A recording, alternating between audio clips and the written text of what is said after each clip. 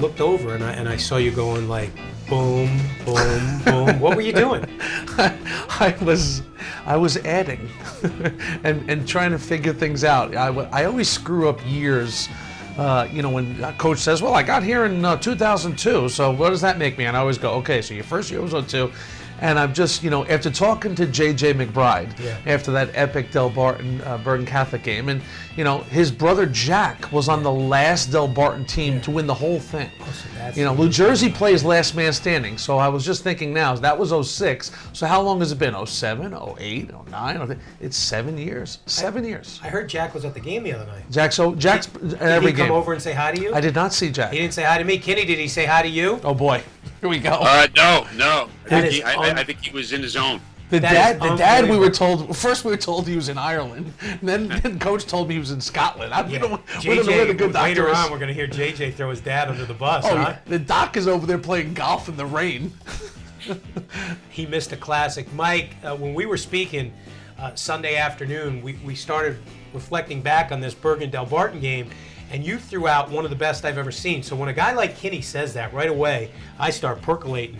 And you're going to give us your top 5 postseason games you've ever seen. And not to give it away, but the BC Del Barton game, that's in your top 5, right? It's in the top 5, absolutely, for several reasons. Beyond the fact that it was an excellent game, it's in there, no doubt about it. It's a top 5er. How could it not be? I mean, without talking about it, it had everything you want in a classic. High stakes, 2 great teams, everything on the line, big crowd. That's what, once there's a big crowd, it becomes automatically special. And, Mike, I didn't say this to you after the game, but I said it to Jimmy. There's a lot of football teams that would have killed for that crowd we saw the other night at Livingston Heights. That was a football-type crowd watching 2 great programs play in that game. Yeah, no doubt about it. That was exciting, and there's no doubt about it. That adds to the adrenaline. That adds to the level of it. But the thing is, both teams never got wrapped up in that. They used it, for fuel. There's no doubt about it that they stepped up the speed of the game as a result of that crowd. But it was a classy, tough, well-played. It was like a college-level game. It really was. It was absolutely phenomenal. Bergen Catholic, we've all chronicled it all year, and the Del Barton people haven't liked you, Jimmy, because you've gone on and on about Bergen Catholic this year. The Del Barton people were like, what about us? Even Rubling got on you after the game. Well, he didn't get on me. We had some fun. I mean, listen, you have to tip your cap to Bergen Catholic. They were undefeated. Absolutely. There's something special about an undefeated team. Absolutely. They did carry the torch this year as New Jersey's highest profile team. And I think that's what added to the special nature of this event. When you have that team that hasn't lost, that hasn't shown themselves to be a little vulnerable, I think that adds to it. And Mike, I never usually like the cliche, it was too bad one team had to lose. It did apply to this game. Well, because it ended their season. But I mean, this game was so tight, so evenly played. Yeah. As we got to the back end of this game, I was already feeling bad for the team that was going to lose. No doubt. You know what I mean? No doubt. You just wow, this is going to be a tough game to walk away from in defeat. Buddy, we've known Joe Hammerly, for a long time. Yep. And we know what type of personality he has. I've always been trying to figure out what type of personality Chuck Rubling has. I can't figure it out. And it's so funny. He showed me a different side after that game because you and I were walking off the field with Petrocoro. Yeah. He hunted us down to say, oh, you don't want to talk to me? I guess You're saying I don't make enough time for you? Because we had fun with him saying Chuck didn't have enough time, Yeah, but he did say he liked the show. He did. He showed some personality there, buddy. Chuck is an ambassador for the game of lacrosse in New Jersey, okay? And it's like, look, the Del Barton guys, they're cut from a different cloth, from the hierarchy on down, and it's like, it is a little different dealing with Chuck Rubling. But all in all, he's a good guy, he's a nice guy, and he's about his kids. Do you know when we started doing lacrosse back in 06 at the network, do you know the first person I ever called was Chuck? I didn't know Chuck Rubling. I called him up, he took my call, we spoke, and he said to me, without question, Mike, whatever you need, sure, I will do anything I can to help you if you want to promote our sport. And Kinney, he put me into the Garden State. He got me talking to Flynn, which is a hard thing to do because Timmy's not a man of 100 words. I mean, after they beat Johnson, you would have thought they lost the game by 15 the way he had just tunnel vision to get those guys going. But you've had a lot of fun, and we're holding these highlights just a little bit to get the suspense going. But it's covering New Jersey lacrosse doesn't get the acclaim like Long Island schools do. But you said at the beginning of the year, Mike, there's 4 or 5 teams in New Jersey who can play with anybody in the Tri-State. No doubt about it. There's absolutely. I put those my top 4 or 5 teams almost every single year against the top 4 or 5 against Long Island, and they prove it. They go out there when they play those games, they play very well. And if they played a steadier schedule of some of those teams, they would be even better as teams because those top 4 or 5 have 4 or 5 kids, of their senior class who are D1 kids. They got, more in the junior and sophomore classes. The programs are great. The coaches are phenomenal. And those coaches in those top 4 or 5 teams every year, I'd put them against anybody in the country. Okay, here we go. Delbarton Bergen Catholic, all time. Delbarton led the series 11-0 going into Wednesday night, the non-public A championship, the last meeting in 2011. Delbarton rocked them 13-3. Not this time. This thing was a classic. Hey, that's right, the Mackey Bowl. There's proud Papa John. Look at that, wearing the red and the green, and this is how it started. Connor in green, the senior, Brendan, the junior. He wins the draw, so Amherst beats Yale on that. We wanted to see Connor come down and just let it fly. That was Brendan. Baby brother wins out, and then Blewett opens up the scoring. Yep, sure. Michael Riley opened up the scoring. Yeah. And then Delbarton goalie Stephen Kowalski, he was really, really good on this night. This was a night for goalies. It was a night for defenders. It was tight throughout. Getting after each other, both these schools. Look at the takeaway here by the big cat. Peter Welsh making the steal, and here comes the green wave, and then my man, Matty Pedrick. Oh, I love him. Chestnut Hill in Pennsylvania, they're getting a dandy of a goalkeeper. Now, here we go. BC going to take a 2-goal lead. Blewett, who was hounded by Otterman all night, not on that time, lets fly, and he makes it 3-1, 5:30 left in the third. Then Connor Mackey. Dowiak gonna find him, and the Yale bounder loads up and lets it go. Step into it, Connor. Good to see both of the Mackey brothers, Mike, making plays in this game, having positive nights in a tough night for them. And making a play there, Emmett Cordray. He tied the game at 3 with just over a minute left in the third. Cornell bound, Jordan Dowiak. You love, he's so aggressive, he attacks the cage, he's what Delbarton needs desperately. Chuck, I don't know lacrosse like you do, buddy, but let this guy shoot the ball more. This guy's got to be taking 12 shots per game. He's lethal. That right there put Delbarton up 5-3 with 9:34 left in regulation. There he is again, Riley, 2-2 night from Mike Riley. He was fantastic. And wouldn't you know, on the Mackey Bowl night, Brendan the Jr. going to tie this thing at 5 with 7 minutes left in regulation. Oh my, in the fourth quarter, the other brother ties the game. How about that save by Matty Boy? 3 minutes left in regulation, keeps it knotted at 5. Overtime, guess who? Mackey's again facing off. Theater to start in overtime in a state final, and there's Brendan wins it again, but enter another special keeper moment right here by Kowalski. Here he goes. Blewett working to Riley, and on the doorstep, Steve-O with the big save.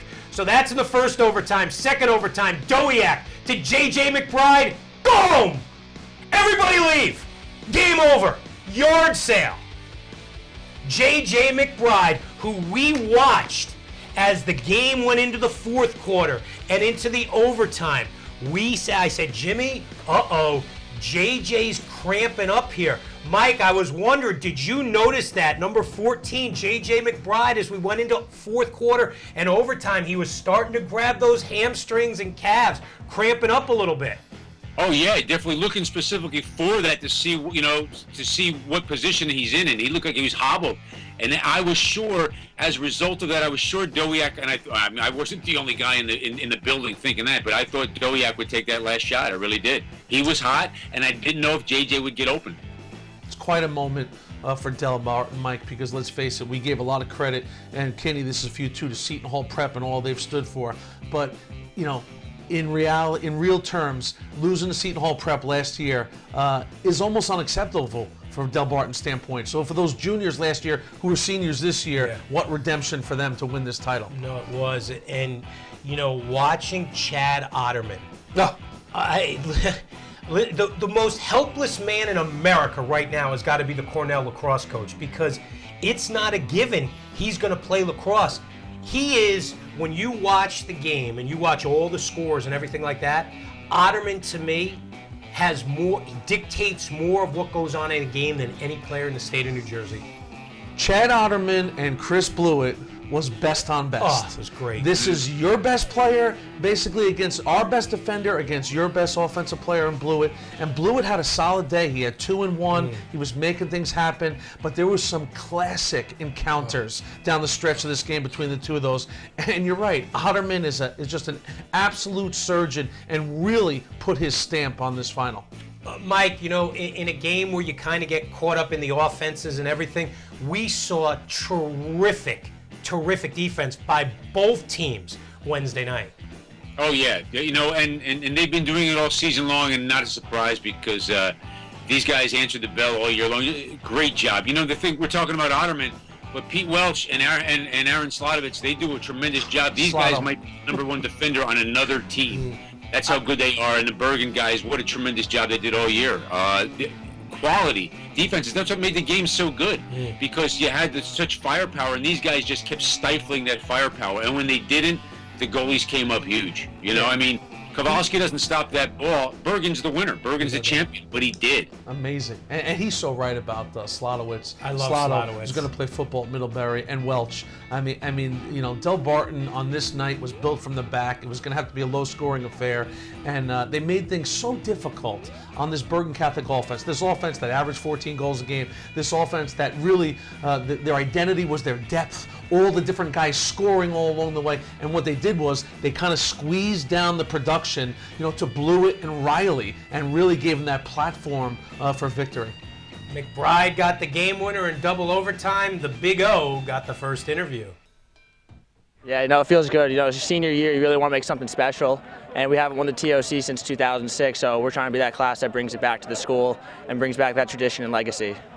Is there any greater drama for you than overtime? You got a lethal scorer like Blewett with the ball on his stick, and he's one-on-one with you. You know, it's nerve-wracking, but I mean, that's why I play the game. I love that. I love those situations, and I like to think I thrive in them, and that's why we're victorious. So I'm happy about it.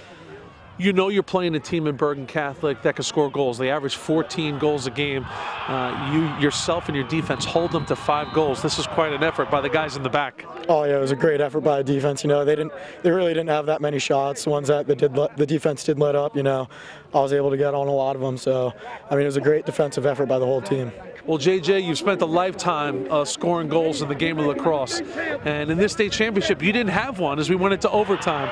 But the one you got is the one you'll always remember. Yeah, you know, I was getting my kind of looks early in the game. The goalie was making some great saves on me. And the last one, I kind of was able to get lucky and let it go. So it was a good feeling. Now, this state championship has been scheduled for a long time, but yet the good Dr. McBride still found a way to go to Ireland for this one? I know, selfish of him, but, you know, I'm sure he'll miss this one, but we lucky got a few more games left that he'll be able to make. Listen, the McBride family, lacrosse is important to you guys. You know, you were a little tyke running around watching your brother Jack here take this program to great heights. It's the last time Del Barton has won the whole thing, the TOC, and now you're only a couple steps away. Yeah, exactly. You know, Del Barton lacrosse has been huge in my family my entire life, and I grew up watching Del Barton win state championships, and my brother keeps telling me every day that we got to bring it back to Del Barton, and that's what we're hoping to do this year, and hopefully we'll deliver. Not JJ throwing his dad under the bus. I love it. Great family, yeah, unbelievable family. It's a lot of fun. You know what, Mike? I do got to be careful a little bit that sometimes I devalue the state championship in New Jersey, and, you know, in pointing out that Del Barton has won the whole thing since 2006. But you can see it's on their mind. I mean, Otterman brought that up. You know what I mean? And it has, you know, they've lost in the last 7 years. 5 of those times they've won a state championship. You know, they just won their 13th, and then they've lost in the TOC, and they've lost to, you know, Mountain Lakes and Summit and Bridgewater, Raritan. It hasn't been pleasant for them in the TOC, and I think that's going to fuel these guys this time around. I'm going to bring Mike in just 1 second, but before we get out of here, I've got to give a huge shout out to Matt Pedrick. I thought he was absolutely sensational. Amazing. When that young man thinks back on why Bergen Catholic got there, that goalkeeper is a big. They don't get to the championship game without what he did in the second half against St. Augustine's.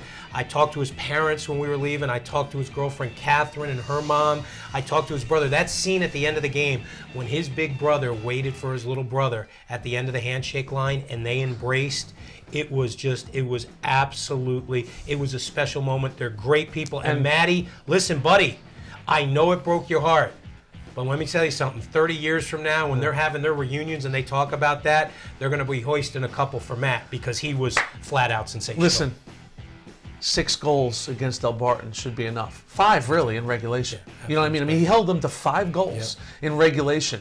But that's where you got to tip your cap to the Del Barton defense because they did a great job with your offense. And you're right. I mean, he did everything. He held up his end of the bargain. He was a class act from day one. And Bergen Catholic, Mike, the proudest season they've ever had. No doubt. And you hated to see somebody lose that game. Joe Hammerly was so proud of his kids for what they stood for this year. And so, listen, it's not always fair. It had to end. But what a year for BC. All right, Mike, the historian, the lax historian. So when you rank your games, buddy, people are going to really, their ears are going to percolate here right now. You've given the top 5 games only in the postseason that you've ever covered. And when we don't mean county tournaments either. No. So back a long time ago in 1994, there were 4 All-Americans in what you said is the 5th best game you've ever seen. It was a Mendham 7-6 3-overtime victory over Ridgewood. Quickly, why was it so good? Mendham, first of all, was a team, they lost in the Morris County final. They had not done anything for years. They were a good, solid program. Mike McGurn took it over 2 years earlier, and this was a group of kids, tremendous ball players, a bunch of guys from the football team, bunch of winners. And they went into this game against, you know, at this point, the hierarchy of New Jersey lacrosse was Ridgewood, basically. Steve Jacobson. They played their hearts out. Unbelievable. Joe Gadina played a tremendous game. Jeremy Kopsick was a kid who you could just rely on at big times. Gadina came through, cut down the crease, caught, and stuck it in overtime to win the game. It was a tremendous game and a tremendous year for Mendham. Mendham has not even won a Morris County tournament title, but they got an overall state final. I know you must not be making a lot of friends at Ridgewood right now because your 4th best game also saw the Maroons lose in overtime to a Bridgewater Raritan team that had not played any close games the entire year 2 years ago. That's right. Noah Pounds was phenomenal that game. I think it was one of the best goaltending performances I've seen ever in the state, and I've seen a lot of good ones, and he was outstanding. Bridgewater just kept shooting and shooting and shooting, and they had one of the best. Bridgewater had one of the best public school offenses I've ever seen. Forget public school. They had one of the best offenses I've seen in the last 25 years in New Jersey. And they were hammering him. They were getting great shots, but he was phenomenal. Just kept stopping them. And they go into overtime. First of all, Ridgewood had a tremendous comeback in the 4th quarter to get back in this game. Bridgewater had the game in hand, and Ridgewood had a fight back. And then in overtime, in 3rd overtime, Ray Mastriani steps through. EMO steps through and kills one in the top corner, and Bridgewater pulled it out. And you're right, that was the only close game Bridgewater played all season long. Then they went on and won the championship 3 days later. Mike, the 1st and 2nd games you've seen better be really good because at number 3, the game we just talked about, Bergen Catholic, Del Barton. So let's go right to number 2. 5 overtimes. I mean, that is as thrilling a sporting event that will ever be played. Summit and Chatham 3 years ago in the Group 2 final. You know, I'm an objective observer at games, and I'm sure there's always times that, you know, there's certain teams and coaches and stuff that you root for silently. But here was a game that it was so good and so fraught with tension and so back and forth, unbelievable, and guys making such great plays. I still have butterflies in my stomach when I think about that game. That's how good that game was. It was tremendous. You know, it was like, I don't know how this is going to end, and it has to end soon or I'm going to have a heart attack. It was outstanding. Summit, Summit, one of the best defenses around. Chatham, at that time, one of the best offenses around. And these guys just ground it out. And finally, Sonny Round on the wraparound. Yeah, Sonny. The fifth overtime. A guy named Sonny. And you're number one, and I love your reasoning. It was the first ever Tournament of Champions tournament that was played. Mountain Lakes and Del Barton had split in the regular season and then play extra lacrosse. I love the reason. Most people would go with the 5 overtime. I love your reasoning why Del Barton Mountain Lakes is number one. Why is it? Well, you know, it's the first Tournament of Champions. It's the first time that New Jersey played to a single champion out of the groups. They'd always played to, you know, one champion. But the sport was blooming in the state. So many more teams. They finally cut it to groups. Now you had to win your group, and then you had to win the Tournament of Champions. You had to play more games. Not only that, Mike, but we had Mountain Lakes and Del Barton. At that point, they were the kings of lacrosse in New Jersey. It was so fitting that it was these two. Like you said, they'd split. And you know what? I'm impressed, Mike. I didn't tell you they split during the season. You came up with that yourself. That was excellent. I didn't tell you in a note before that they split that. I got to thank my man, Mike Mounty. I said, get on the computer, find something that'll impress Kinney for me. Good work, Mike. Here's a great point of this. You know who scored that winning goal? McBride? Matt McBride. Yes, JJ's cousin. That's right. Went to Penn, right? Where'd he go? Where'd he go, Penn, or did Chris go to Penn? Oh, yeah, he went to the McBride School of Choice, which is UPenn, yeah. Yeah, exactly.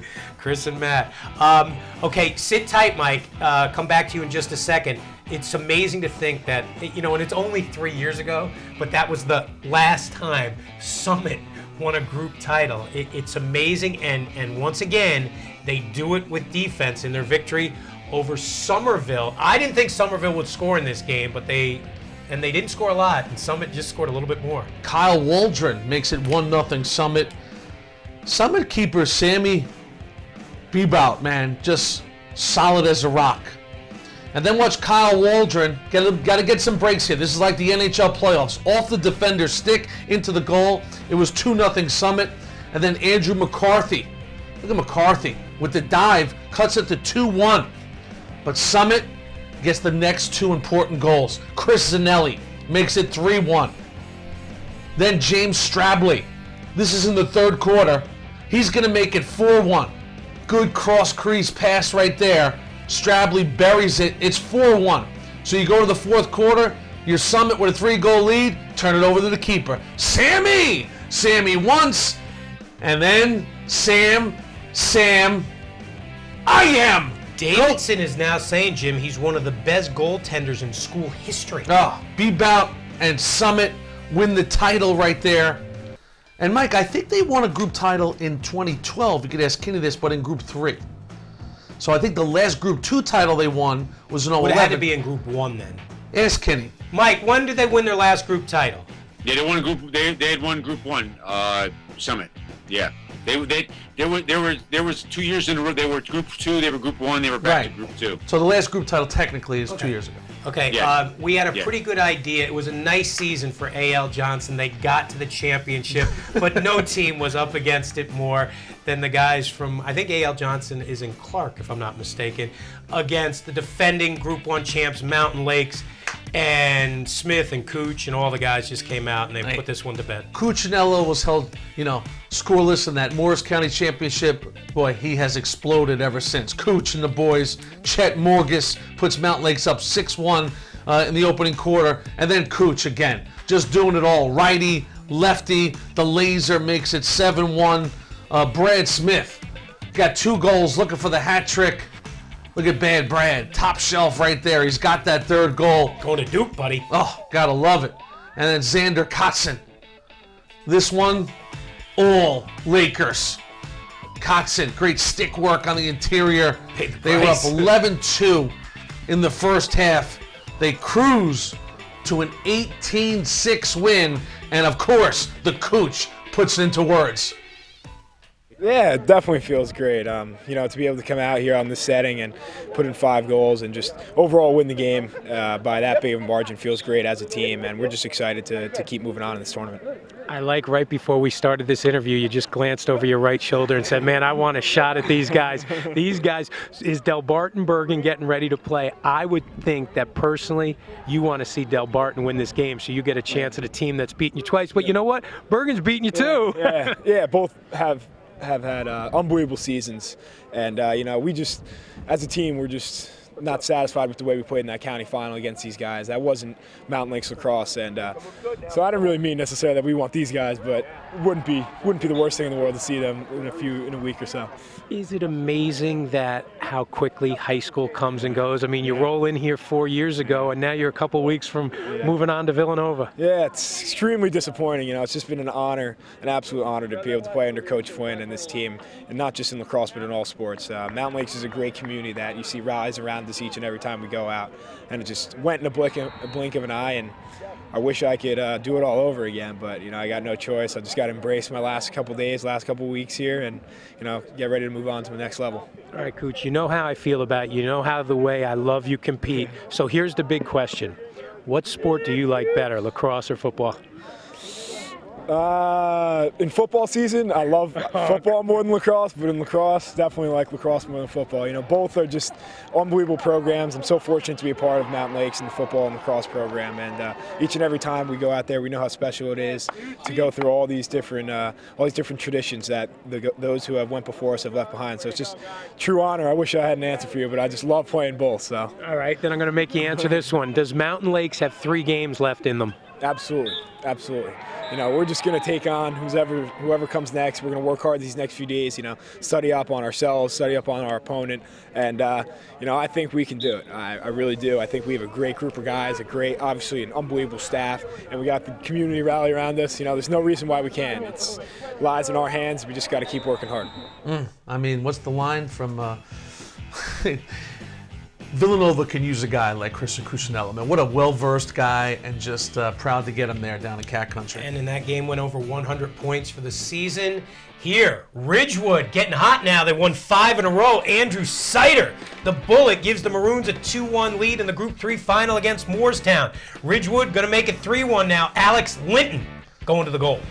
I mean, Ridgewood has gotten them off the deck. They lost their final regular season game to Summit. Since then, they've become a different team. Moorestown wouldn't go away, cut it to 3-2 on the Mike Hanlon goal. But then Ridgewood's Owen Smith. I love what he said to Malone after the game. We're just having a whole bunch of fun right now. Sure looked like it there. And then Linton down Broadway. I mean, listen, Ridgewood knows when the lights are on, Mike. This is elimination time, trying to go for the three-peat, and they did just that. Oliver Sipple continued his great year, top shelf, 6-2 Maroons. Go to the third quarter. It's 7-2. Not for long. Sider gets it done. Oh, what a lefty laser that was there. And then he's not done. Look at that. I mean, they grow up in the town of Ridgewood, one of the great lacrosse towns in America, playing this game, Mike. And Ridgewood now has it going. They're dominating people in the third quarter of games. They're putting up 6-0, 5-1, 5-0 third quarter. That's a recipe for a three-peat. Congratulations to Coach Pounce. That's just what he did. I think we lost Kinney. Guys, if there's any way we could pop in here and get him, that would be great. Mountain Lakes, seeded third in the Tournament of Champions, rolled over Westfield. The Cooch had 6. Smith had 4. Cuccinello now has 23 goals in 6 postseason games. They play Summit tomorrow night. The other tournament quarterfinal game, Ridgewood on fire, 29 goals now in their last 2 games. Beat Immaculata, Sider 4 more, Leparo 4 more. So that sets the stage as they will now play Delbarton in the other semifinals. Those games all at Bridgewater High School. If we can reconnect Kinney, that would be great if we get him, because he's got some predictions. All right, Mike, we have 30 seconds left. Mountain Lakes Summit semifinal game. Who wins it? It's going to be a classic game. You know what? I'm going to be cliche, though. Defense wins championships. Mountain Lakes has to prove they can score against the Summit defense because they've shut down everybody this year. I think Summit in a very close game. Ridgewood Delbarton, other semi. Ridgewood's playing great. They're peaking right now, but Del Barton, coming off that Bergen Catholic game, proved that they're ready to go. I think Del Barton wins the game. Who wins it all? One word. Del Barton. My man. Oh. Okay, now you can talk to Mike. He's live chatting. He'll do that all again this week. When are you doing that? Kenny's doing it Thursday at 8, and then we're live chatting tomorrow night. We're going to have video and everything. We're going to break down the semifinals. We're going to put some face on Long Island games. Thanks, you guys. You are the best.